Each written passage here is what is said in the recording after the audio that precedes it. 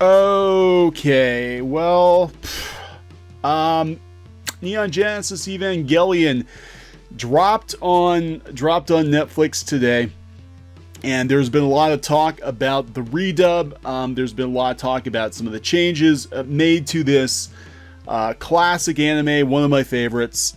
And I watched a couple of minutes of it just to get a feel for the voice actors on Netflix, and I'm gonna have to go on record saying this is not my Evangelion, not my Eva. And this isn't a knock against any of the voice actors working on the Netflix redub, but it's just not the same, and it doesn't stop there. There have been, changes to the subtitles too, changes to the dialogue, and we're going to talk about that. We're going to talk about, one of the biggest, what the hells, was that they don't have Fly Me to the Moon in the end credits anymore because they don't have the rights to it. It's weird. It's weird to watch this Evangelion. It feels like this version of Evangelion actually would have been like a sort of a budget cut dub done in the 90s before the ADV release. It feels, I don't know, it doesn't feel right. The voices feel off. It could be because I'm so used to hearing these characters. It is one of my favorite dubs of all time.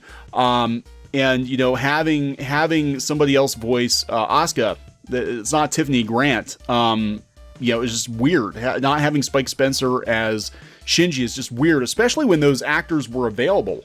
They expressed interest in doing the dub of Evangelion, and I think most fans would have preferred that they had done it. And again, this is a knock against the new voice cast. They're doing the best they can do, but it is probably one of the most iconic dub casts ever put together for anime ever. I personally feel like, and to not have them in this dub, or at least make an attempt to get them back, was a very, very weird decision. And some of the other decisions were kind of weird too. But here we go with we'll use Polygon. Sure, we'll use Polygon. Why the hell not? Netflix's Neon Genesis Evangelion debuts English redub, and they kept everyone a secret too. I think they were kind of afraid that maybe the fandom would harass these people. I don't know. ADV's original 90s dub did not carry over with the new licensing agreement, which is kind of what we figured. But again, I don't understand why they couldn't at least attempt to get the original cast back together. For years, Neon Genesis Evangelion sat in licensing limbo, leaving English-speaking fans without a legal avenue to watch the classic anime. That changed last November when Netflix announced that all 26 episodes and the films Evangelion Death and the End of Evangelion would arrive to the service in 2019. The announcement garnered mixed reactions. Evangelion would finally be available on a major streaming platform, but would Netflix deliver the same show that global audiences embraced in the decade after its 95 debut? Was Evangelion still Evangelion without the original subtitles or the 96 English translation and voiceover dub supervised by creator Anno himself? In the lead up to the release, Netflix was unable to provide Polygon with a firm answer after multiple inquiries. Yes, they were hiding this. They were not going to tell people what was going on. Now the newly released episodes give the answer. Netflix provides multiple ways to watch Evangelion in North America: a new subtitled version with English, Spanish, and 2 Chinese sets of subs, and a redubbed version with English, Spanish, French, and German audio options. The English dub was directed by Carrie, I think it's Karanen and Kevin Hoffer, and written by Garcia and Oscar Garcia. Key roles are now voiced by Casey Mongillo for Shinji, Stephanie McKeon as Asuka, Ryan Bartley for Rei. A series of licensing snafus complicated by legal battles between the anime studio Gainax and Anno's studio Kara and the collapse of ADV Films. That was a huge one. May have played a role in Netflix's ultimate decision to scrap the well-known English track in favor of self-owned dialogue audio. So Polygon has reached out to Netflix for clarification on the decision to redub it. Again, if you're going to redub it, just hire the original cast. I mean, they wanted to work on this. Whatever the case, speculation over a redub sparked commentary from the anime community well before the June 21st launch of the series, including from those involved with the late 90s North American release. Shortly after Netflix announced the Evangelion license deal, original Asuka voice actress Tiffany Grant published a press release and fan petition on behalf of herself and the rest of the original English dub cast, including Spike Spencer, Amanda Winley, and Allison Keith. Yeah, and I'm sorry, I listened to clips of it. I haven't sat through it. It's weird to sit through it with different voices, and they sound like sound-alikes. It's not. It sounds almost like a fan dub. And again, this isn't a knock at the voice actors, but it sounds off. There's something very off about it. It doesn't sound right to me. It seems there's some possibility Netflix may be considering a new dub, Grant wrote. Yeah, and we talked about this in the previous video. I really can't imagine anybody else doing the English voice of Asuka, but we did get a new English voice of Asuka in Stephanie McKeon, and I listened to her, and and I think she's a fine enough voice actress, but it's weird after 20 some years hearing a different voice come out of Asuka. And I know a lot of people are gonna be like, "Oh, you dub person, you're not a real fan." I'm like, yeah, this is one of the few series though that I really I love the dub. I love the dub, and I think it's because I bought it back in the day on VHS, and I didn't have access to the subtitled version. I bought the dubbed version. I watched it over and over and over again. I bought the single releases on DVD from ADV. I have the Platinum Collection, which you're not going to pry away from me at all, because to me that is the definitive English version of Evangelion. And this is it just feels like a knockoff. It just feels like a knockoff. They're talking about some of the backlash, and they said preemptive tweet. One Twitter user wrote, "Do not harass the new Evangelion dubcast members." I think this is why they didn't announce who was doing the voices, because they didn't want these people to be harassed. If you're mad about the dub, go yell at them, not a bunch of actors who may not have even known what they're auditioned for. I agree with that. I don't think it's the actor's fault. I think they're fine. I think they're fine actors. It's just a very odd decision for Netflix to secure the rights to an anime of this caliber, something that fans have wanted for years, to have a legal way to watch Evangelion, and then not even attempt to get the original voice cast back when they were very, very willing to come back for the parts. It's just very, very weird.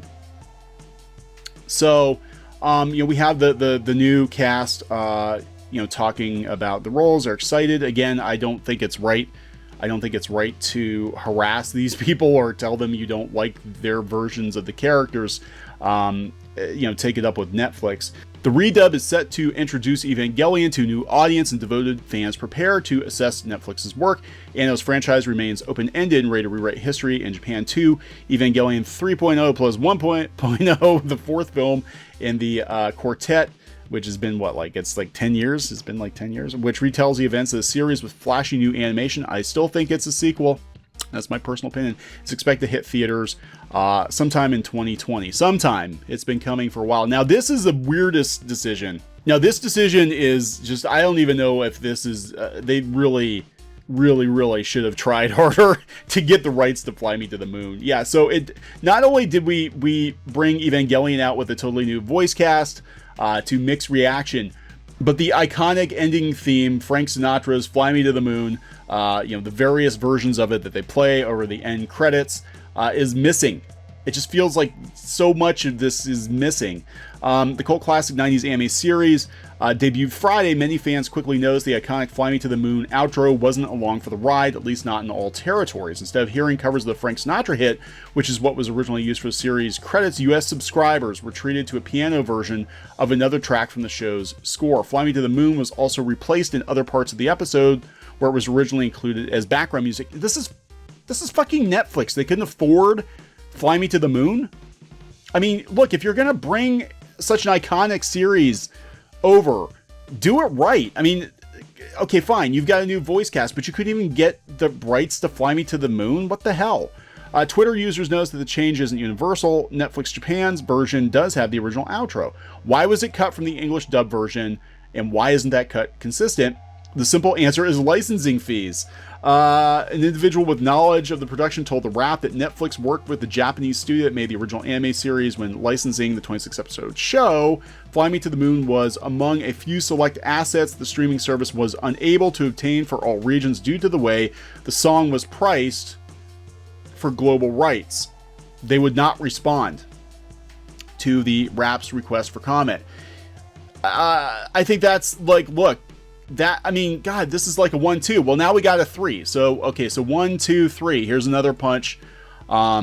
They've changed the subtitles too. They've changed the subtitle version, and it's weird because, you know, current year, you think that this would be something they would want to play up. Kaoru, who it's no secret that Kaoru has the hots for Shinji. It's always kind of a, you know, look, he does, and it was pretty explicit in the movies. But they changed it. They changed it so Kaoru now just really likes Shinji platonically. You know, at least Kaoru's not Shinji's cousin. So this is, so they changed the dub script as well as changing the sub-translations in the Evangelion to remove Shinji and Kaoru's relationship being about love, as well as censoring just a lot of stuff in general. Netflix, what the hell is this? This is very surprising. This anime came out in the mid-90s, and it was, you know, the version that we got from ADV was, you know, uncensored. I mean, we're talking a almost 25-year-old anime. Netflix in 2019 decides they're going to censor homosexual feelings out of an anime. I mean, that's just kind of the opposite of being progressive. I'm just really surprised that they did this, that they made this change. I mean, the show, you know, has been around for so long, and it's no secret that Kaoru had the hots for Shinji, right? So here's the original. It means I love you. He's explicitly saying he loves Shinji. Now it's I like you.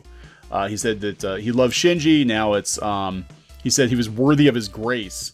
I mean, this is weak sauce. It was the first time someone told me they love me, says Shinji in the original. Now it's the first time anybody's ever said they liked me, ever. What the hell? I don't understand. I mean, I don't understand the logic behind this. I don't think this is going to end well.